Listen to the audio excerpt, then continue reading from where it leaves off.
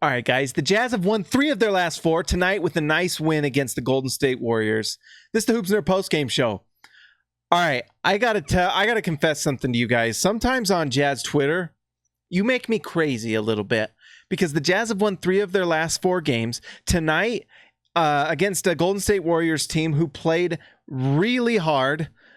With guys that probably are difficult to scout for. Like, how many of you know the scouting report for Glenn Robinson III or Damian Lee? I don't. I really don't know very much about those guys, and I doubt that the Jazz know that much more than we do. It takes a few times playing these guys to figure them out, and some of them had good nights tonight for the Golden State Warriors. I'm a big fan of D'Angelo Russell. D'Angelo Russell tonight had 18 points. He just did not have a good night from 3. Otherwise, the Jazz would have been in trouble. But the Warriors got a random amazing night from Alec Burks, who scored 24. He was 2 for 4 from 3, 10 for 16 from the field. He was finishing over and around Gobert multiple times. He just had a great game tonight. Funnily enough, Alec Burks scores 24 points, was a minus 24 for the game. For Utah, the starters have started to just become very elite. Tonight, there wasn't a starter below.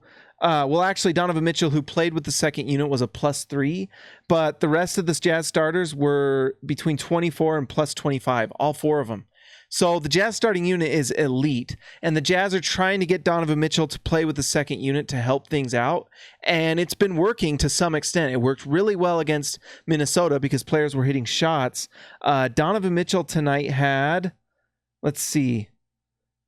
he had 3 assists, and so part of that was that the bench wasn't hitting, but he is passing the ball. And Mitchell tonight, 10 for 19 from the field.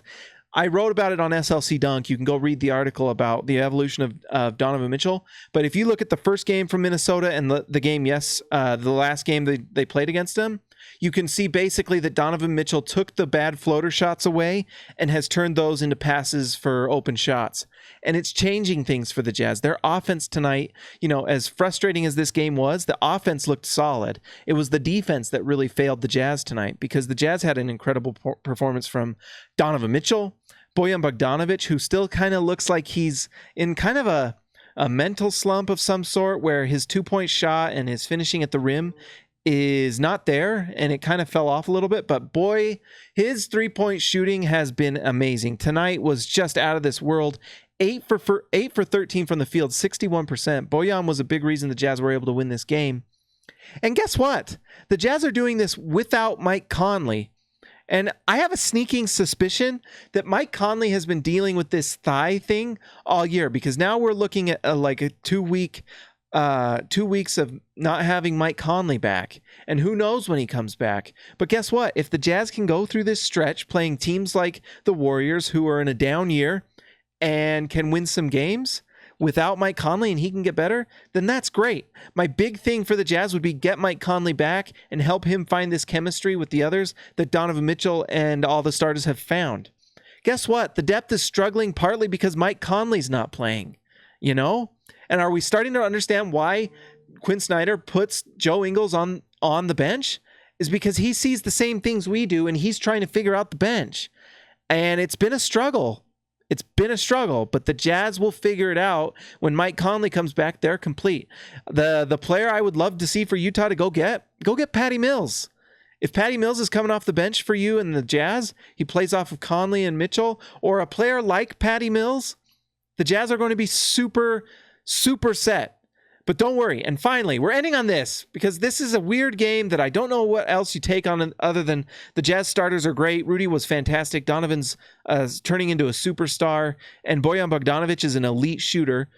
But elite teams, to get and keep elite players, depth is your struggle. That's the struggle of everyone. That's the struggle with the Cavaliers, with LeBron. That's the struggle with the Warriors. They have to stagger Durant and Steph Curry, and they're the Warriors last year with Durant, Steph, and Clay and all them. They have to stagger those guys because guess what? You just don't have a lot left to pay the other ones. So you have to hope that Donovan Mitchell, Rudy Gobert, and Bojan Bogdanovic and Mike Conley is enough to do it. And guess what? When you get into the playoffs, you're looking at a 7 to 8 man rotation. That's it. So you're not going to be playing 9 and 10 man rotations like the Jazz are doing. You're going to play the guys you trust. And sometimes you're playing like a 7-man rotation like the Rockets did last year. It's how it goes. This is what elite teams do. And this is the problem of good teams. It is what it is. We've got the players we want. We got the players we wanted and we needed to win a title. If we complain about depth, it's like we got the Big Mac, but we're complaining because we got too few pickles. So stop, guys. It is what it is. They'll get better. They'll have better nights. They looked really good against Minnesota. Niang looks like he's taking a step slowly to me. It's really nice to see. But guess what? We can't afford to have everyone. We can't go get Patty Mills. Can't go get Andre Iguodala. Can't go get Kevin Love. You can't get all these guys and keep the players you have that you're trying to build chemistry with. It's just not, it's not how it works. It's not how it works. So every night we can complain about it, but it's not going to change. It is what it is. We better freaking hope that George Niang and all these guys can carry the shooting. You know, Jeff Green is what it is. We have to. Quinn Snyder's playing Emmanuel Mudiay. He is not playing Dante Exum. So you've got to root for Mudiay. That is what it is. I don't know what else to say. We should be happy. This is a Jazz win. I personally enjoy it. This ain't college football. A win is a win.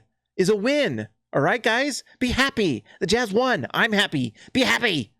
Guys, like and subscribe to the Hoops Nerd channel. If you're on the SLC Dunk podcast, make sure you're subscribed and that you are rating and reviewing. We appreciate it. Talk to you later.